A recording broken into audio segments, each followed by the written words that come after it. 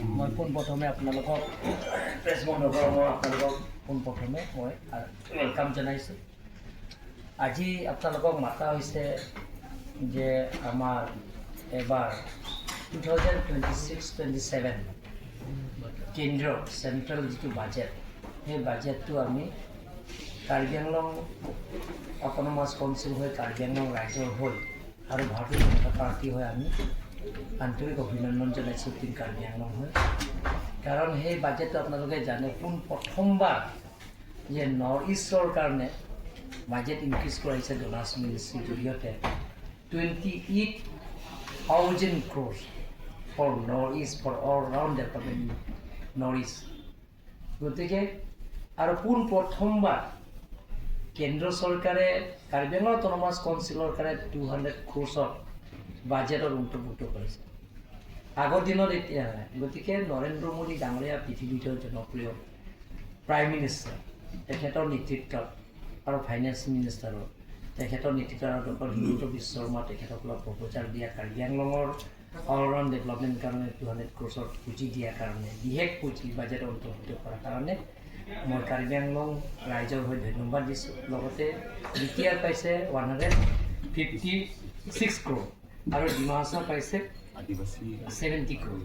কিন্তু কাৰ্বি আংলঙৰ কাৰণে always 6 scheduled district in the country, largest 6 scheduled district in the country. We got 1952 district council 23rd June।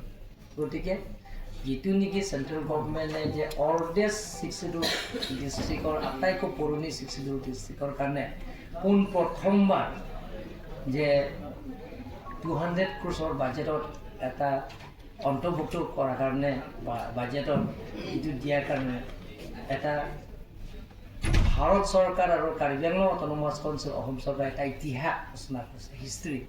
কাৰণ কেন্দ্ৰ চৰকাৰৰ কেতিয়াও এটা পুঁজি কাৰ্বি আংলং অট'নমাছ কাউন্সিলৰ কাৰণে এইটো পুঁজি এটা বান্ধি থোৱা নাই। কিন্তু এবাৰ কেন্দ্ৰ চৰকাৰৰ পৰা 200 crores for all round development without agreement. ধৰক আপোনালোকে চাব পাৰে আলফা এগ্ৰিমেণ্ট কৰিছে, আলফাৰ কাৰণে 500 crores দিয়া হৈছে। তেওঁলোকৰ শান্তি চুক্তি কৰিছে বা UPDS আগত শান্তি চুক্তি কৰিছে, তেওঁলোকৰ দিছে। আৰু আমাৰ DSD আৰু 6টা সংগ্ৰামী নেতাসকলৰ শান্তি চুক্তি কৰিছে, তেওঁলোকেও পুঁজি দিব পাৰে। কিন্তু এতিয়া কাৰ্বি আংলং অট'নমাছ কাউন্সিলৰ কাৰণে এতিয়া বান্ধি দিয়া 200 crores এটা কাৰ্বি আংলং অট'নমাছ কাউন্সিলৰ ইতিহাস ৰচনা কৰিছে। তাৰ কাৰণে মই ভাৰতৰ জনপ্ৰিয় প্ৰধানমন্ত্ৰী নৰেন্দ্ৰ মোদী ডাঙৰীয়াক ধন্যবাদ দিছোঁ। আৰু বেলেগৰ বাজেটৰ কাৰণে আপোনালোকে জানে গোটেইখিনি বিতংভাৱে আমাৰ স্পক পাৰ্চন আছে ইয়াত, আমাৰ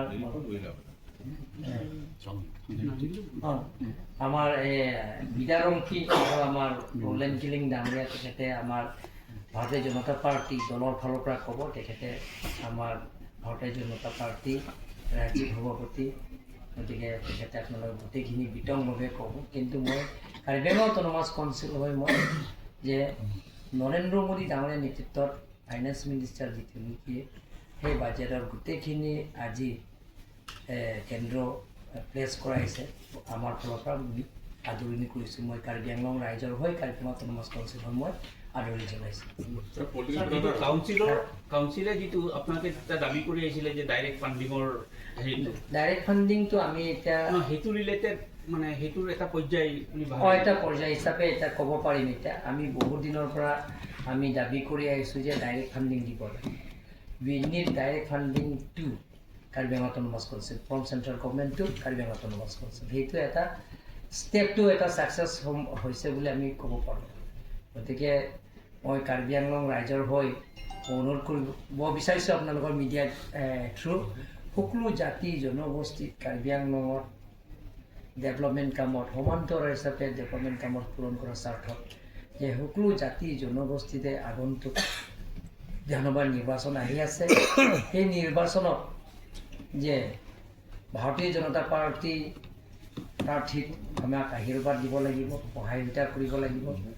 ডক্টৰ হিমন্ত বিশ্ব শৰ্মা দ্বিতীয়বাৰৰ কাৰণে চিফ মিনিষ্টাৰ বনোৱা স্বাৰ্থত ভাৰতীয় জনতা পাৰ্টি চৰকাৰ স্বাৰ্থত যে কাৰ্বি আংলঙৰ সকলো জাতি জনগোষ্ঠীক ইয়াত কাৰ্বি আংলং বসবাস কৰা সকলৰ মই অনুৰোধ কৰিব বিচাৰিছোঁ যে কাৰ্বি আংলঙৰ ডেভেলপমেণ্ট কামত পূৰণ কৰাৰ স্বাৰ্থত, কাৰ্বি আংলঙৰ যুৱক যুৱতীবিলাকৰ সংস্থাপন পূৰণ কৰাৰ স্বাৰ্থত, কাৰ্বি আংলঙত কেন্দ্ৰ চৰকাৰ, ৰাজ্য চৰকাৰ, কাৰ্বি আংলং অট'নমাছ কাউন্সিলৰ যিবিলাকৰ বিনামূলীয়া আঁচনিবিলাকৰ দৰিদ্ৰ ৰেখা কমিটি আছে, যিমানখিনি MEC, EM, chairman, deputy chairman আৰু যিমানখিনি আমাৰ লিডাৰ্ছ আছে, ভাৰতীয় জনতা পাৰ্টিৰ যিমানখিনি লিডাৰ্ছ আছে, আজি আমি ইয়াত মিটিং আমি বহিছোঁ। প্ৰায় 3 ঘণ্টা পাৰ হৈ মিটিং আমি ইয়াতে প্ৰত্যেক মণ্ডল কমিটি, প্ৰত্যেক লোকেল কমিটিৰ লগত আমি এছেছমেণ্ট ৰিপৰ্টটো লৈছোঁ। আজি সিদ্ধান্ত লৈছে যোনে টিকেট পাওক, সঞ্জু বৰাই যদি টিকেট পায় তাকে সমৰ্থন কৰিব লাগিব, BJP টিকেট যদি আনে বোকাজানৰ। এইটো আজি সিদ্ধান্ত লৈছে। আজি গতিকে যোনে টিকেট পাব তাকে আমি সমৰ্থন কৰিম বুলি আজি টিকেটৰ এটা ভাৰতীয় জনতা পাৰ্টি মই টিকেট পাম বুলি কোনো কৰিব নোৱাৰোঁ, আৰু টিকেট খোজাৰ ছিষ্টেম নাই, টিকেট ক্লিয়াৰ হয়। গতিকে ভাৰতীয় জনতা পাৰ্টি হ'ল এটা বিশাল ৰাজনীতি দল। দলে যাক দায়িত্ব দিয়ে, যদি মোক কালিৰ পৰা দল যদি মতো CMO নালাগে, তো MDCও নালাগে, MLA উঠাটো বেলেগ কথা, তই সাধাৰণ কৰ্মী হিচাপে কাম কৰিব লাগে, মই কৰিম। দলৰ কাম কৰিম বুলি আহিছোঁ, কাৰণ দলৰ বহুত দলৰ মই ছাত্ৰ সংগঠনৰ পৰা কৰি আহিছোঁ। আজি মই 56 ইয়াৰ্ছ পাৰ হৈছে। ৰাজনীতিটো মই যেতিয়া কাৰ্বি আংলং অট'নমাছ ষ্টেটৰ আন্দোলনৰ পৰা সংগ্ৰামৰ কৰি আহিছে তেতিয়াৰ পৰা মই জড়িত হৈছোঁ। তেতিয়াৰ পৰা মই বহুত আন্দোলন কৰিছোঁ, নিজেও জেলত খাটিছোঁ, গোটেইখিনি বন কল কৰিছে, ইনডিফিনিট বন গোটেইখিনি। কিন্তু মই যিটো আমি সিদ্ধান্ত লৈছোঁ আজি যে কাৰ্বি আংলং যদি পৰিৱৰ্তন লাগে, কাৰ্বি আংলঙৰ যদি সকলো জাতি জনগোষ্ঠী ইয়াত বসবাস কৰা, স্থানীয় বসবাস কৰা যদি সমান্তৰাল হিচাপে ডেভেলপমেণ্ট যদি হ'ব লাগে, কাৰ্বি আংলঙত যদি স্থায়ী শান্তি যদি লাগে, কাৰ্বি আংলং যদি নতুনকৈ উঠি অহা যুৱক যুৱতীবিলাক যদি সংস্থাপন লাগে, তেনেহ'লে ভাৰতীয় জনতা পাৰ্টি নৰেন্দ্ৰ মোদী ডাঙৰীয়াৰ নেতৃত্বত চৰকাৰ, ডক্টৰ হিমন্ত বিশ্ব শৰ্মা চৰকাৰৰ লগত পাৰ্টিৰ লগত থকা দলে থাকিব লাগে বুলি আমি সকলোৱে সিদ্ধান্ত লৈছোঁ। গতিকে আপোনালোকে চাওক, ইয়াত যে টিকেট কোনে পাব নাপায় এইটো আমাৰ ইমান নহয়, আমাৰ টিকেট খোজাৰ ছিষ্টেমটো নাই। আপোনালোকে লাগে যে ইলেকশ্যন ডিক্লেয়াৰ নকৰাৰ আগতে APSRC টিকেট ডিক্লেয়াৰ কৰিছে, ইলেকশ্যন ডিক্লেয়াৰ নকৰাৰ আগতে কংগ্ৰেছে টিকেটৰ কাৰণে 50,000 ল'লে, হ'লে নে নাই? ক'ৰবাত মিটিং কৰা দেখি পাইছে নেকি? সেইদিনাতো আপোনালোকে ওচৰতে এতিয়া ডিফুৰ পৰা বেছি দূৰ নাই, বৰজান, তেওঁলোকৰ APSRC মিটিং 2000ও হোৱা নাই। মই আপোনালোকৰ কেমেৰা জৰিয়তে মই দেখা পাইছোঁ। আৰু কংগ্ৰেছৰ meeting Nagaon district, Hojai district, west Karbi Anglong district আৰু হাফলং ডিষ্ট্ৰিক্ট আৰু কাৰ্বি আংলং 5টা জিলাত সভা তাত পাতিছে। 5টা জিলাত সভাত মাত্ৰ 2-3 হাজাৰ মান আছে। মই যিটো মাতৃ পতা বিতৰণ কৰিব তাতো প্ৰায় 10,000 মান মানুহ গোট খাইছে। আপোনালোকে গৈছে, আপোনালোকে নিজে গৈছে। গতিকে আজিৰ দিনটো আপোনালোকে দেখা পাইছে, ৰাইজে গম পায়। আৰু কাৰ্বি আংলঙৰ মানুহটো মই সদায় কৈ থাকোঁ, সহজ সৰল মানুহ কাৰ্বি আংলং। বেছি মিছা কথা ক'লে মানুহে বেয়া পায়। মই যদি বাৰে বাৰে মিছা কথা কয় তেতিয়া মানুহে বেয়া পায়। APSRC মানুহক আগত বহুতো ভুল বুজাবুজিৰ কথা, মনসজা কথা তেওঁ কৈ আছে ৰাইজক, যিটো ৰাজনীতি ষড়যন্ত্ৰ বুলি কয়, পলিটিকেল কনস্পিৰেচি, পলিটিকেল মটিভেটেড, তেওঁ সেইটোবিলাক কয়, যিটো কৈ আছে তেওঁ যে কথাটো কৈছে আপোনালোকে দেখা পাইছে। আৰু কংগ্ৰেছে তেওঁলোকৰ যিবিলাকক কৈছে সেইটো আপোনালোকে দেখা পাইছে, মনসজা কথাবিলাকে কৈ আছে। বিজেপি কেনেকৈ আগবাঢ়িছে? বিজেপি ৰাইজৰ কাৰণে, কাৰণ বিজেপি ৰাইজে গম পায়। মানে আমাৰ কাৰ্বি আংলঙৰ মানুহ, আপোনালোকে ইয়াতে ৰিপৰ্টাৰ হ'লেও আপোনালোকে ইয়াত কাৰ্বি আংলঙৰ স্থানীয় বাসিন্দা, ইয়াত মানুহবিলাক সহজ সৰল হয়নে নহয়? যদি মই বিজেপি কিয় মানুহে ভাল পায়, যে আঁচনিবিলাকৰ গাঁৱত দুখীয়া BPL ফেমিলিয়েও পাইছে, বিল' প্ৰপাৰ্টি লাইনৰ মানুহবিলাক পাইছে। বিজেপি কিয় কাৰণে ভাল, যে বিজেপিয়ে মিছা কথা নকয়, দিম বোলে দিম, কৰিম বোলে কৰিম, ৰাস্তা বনাই দিম বনাই দিছোঁ, ফ্লাইঅভাৰ লাগে বনাই দিছোঁ, মেডিকেল কলেজ আগত নাই কৰি দিছোঁ, কেঞ্চাৰ হস্পিটেল আগত নাই কেঞ্চাৰ হস্পিটেল আমি বনাই দিছোঁ, এতিয়া উদ্বোধন কৰাই বাকী আছে। তাৰালাংচৰ নিচিনা যিটো নেকি জাগাত পৰিৱৰ্তন কৰি দিছে। ডিফু আপোনালোকে যাব চাব, সেই ফেব্ৰুৱাৰী মাহতে গোটেইখিনি আঁচনিবিলাকে উদ্বোধন কৰিব। অকল মই ডিফু কথাই কৈছোঁ, ইয়াত কেঞ্চাৰ হস্পিটেল, ইউনিভাৰ্চিটি ষ্টুডেণ্টবিলাক বহুত দিনত মোক কমপ্লেইন কৰি থাকে যে ছাৰ ইয়াত ৰাস্তাটো খুব বেয়া আৰু ৰাস্তাটোত 4 লাইন লাগিব। তাতে মোক 2-3 বাৰ মোক মাতিছে, তাত মানুহবিলাক মেমৰেণ্ডাম দিছে যে ইয়াত এক্সিডেণ্টৰ বহুত হয়, গতিকে মই 4 লাইন বনাই দিছে, ডিভাইডাৰ, ষ্ট্ৰীট লাইট থাকিব, তাৰপিছত আকৌ এইপিনে ফুটপাথ আছে, তাৰপিছত আকৌ ফ্লাইঅভাৰ এটা অপেনিং হ'ব, এই মাহতে হ'ব, 20 তাৰিখে মানডে হ'ব। তাৰপিছত ডিফু বিউটিফিকেশ্যন লেক, ডিফু ৰিভাৰ বিউটিফিকেশ্যন লেকটো আপোনালোকে দেখা পাইছে, সেইটো উদ্বোধন কৰিব কামটো সম্পূৰ্ণ হৈছে। কেঞ্চাৰ হস্পিটেলৰ আগতে আমি কেঞ্চাৰ হস্পিটেল ক'ত লৈ যাম? বি-বৰুৱা কেঞ্চাৰ হস্পিটেল মুম্বাই লৈ যাব, চেন্নাই লৈ যাব। দুখীয়া পৰিয়ালবিলাকৰ আৰ্থিক অভাৱ, তেওঁলোকক ক'ত কেনেকৈ ট্ৰিটমেণ্ট কাৰণে লৈ যাব? গতিকে ওচৰতে লৈ আহিছে ইয়াতে। আৰু যিমান পাৰোঁ কেঞ্চাৰ ট্ৰিটমেণ্টৰ কাৰণে কাৰ্বি আংলং অট'নমাছ কাউন্সিলৰ পৰা আমি এবাৰ বাজেটৰ অন্তৰ্ভুক্ত কৰিম তেওঁলোকৰ পুঁজি দিবৰ কাৰণে। হস্পিটেলটো ইয়াত আছে, তাৰপিছত ইণ্টাৰনেশ্যনেল চুইমিং পুল ইয়াতে হ'ব, ইয়াত ডিফুতে হ'ব, সেইটো ইনগ্ৰেশ্যন হ'ব।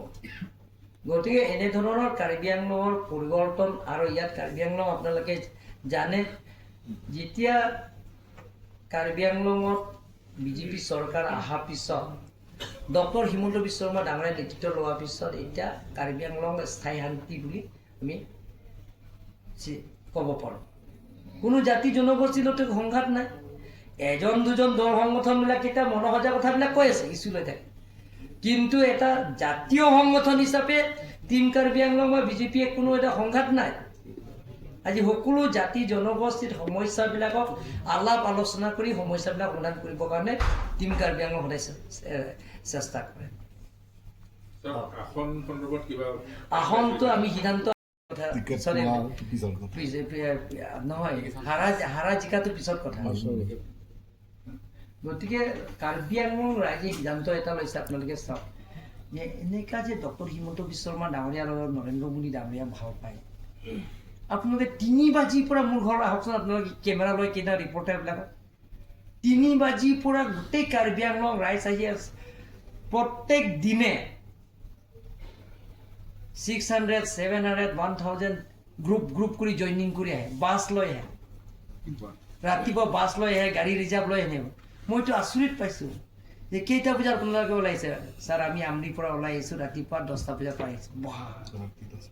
ৰাতি 10 বাজিৰ পৰা আহি ইয়াত ৰাতিপুৱা পায় 4 বাজি, 3 বাজি চিংথং, চচেং, দোৱাৰবাগৰি, নিলিপ।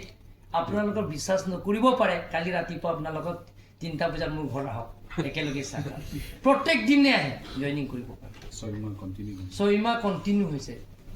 গতিকে আপোনালোকে কালি আহক মোৰ ঘৰত, একেলগে চাম ৰাতিপুৱা 3টা আঁচনিবিলাকক, যাতে দুখীয়া পৰিয়ালবিলাকে যাতে পায়, সেইবিলাকৰ পূৰণ কৰাৰ স্বাৰ্থত যাতে। আৰু আমি বহুত দিনৰ পৰা আমি ডিমাণ্ড কৰি আহিছোঁ, ৰাজনীতিৰ সমস্যা, অট'নমাছ ষ্টেটৰ সমস্যা, সেই সমস্যাটো পূৰণ কৰাৰ স্বাৰ্থত কাৰ্বি আংলং ইণ্টাৰষ্টেট বৰ্ডাৰ আৰু ইণ্টাৰ ডিষ্ট্ৰিক্টৰ বৰ্ডাৰ সীমা সমস্যা আছে, সেই কেতিয়াবা সেই সমস্যাবিলাক ওলাই আহে। সেই গোটেইখিনি সমস্যাবিলাকৰ পূৰণ কৰাৰ স্বাৰ্থত যে কাৰ্বি আংলং ৰাইজৰ সকলো জাতি জনগোষ্ঠীৰ স্থায়ী শান্তিৰ লগতে ডেভেলপমেণ্ট কামবিলাকৰ পূৰণ কৰাৰ স্বাৰ্থত যাতে আমাক আশীৰ্বাদ দিয়ে, মৰম কৰে, সহায়িতা কৰে। আগন্তুক নিৰ্বাচনত সকলোৱে আমাক আশীৰ্বাদ দিব, সহায় কৰিব বুলি মই আপোনালোকৰ মিডিয়াৰ জৰিয়তে মই অনুৰোধ কৰিছোঁ। বিৰোধী ঐক্যৰ সময়ত কিবা ক'ব নেকি?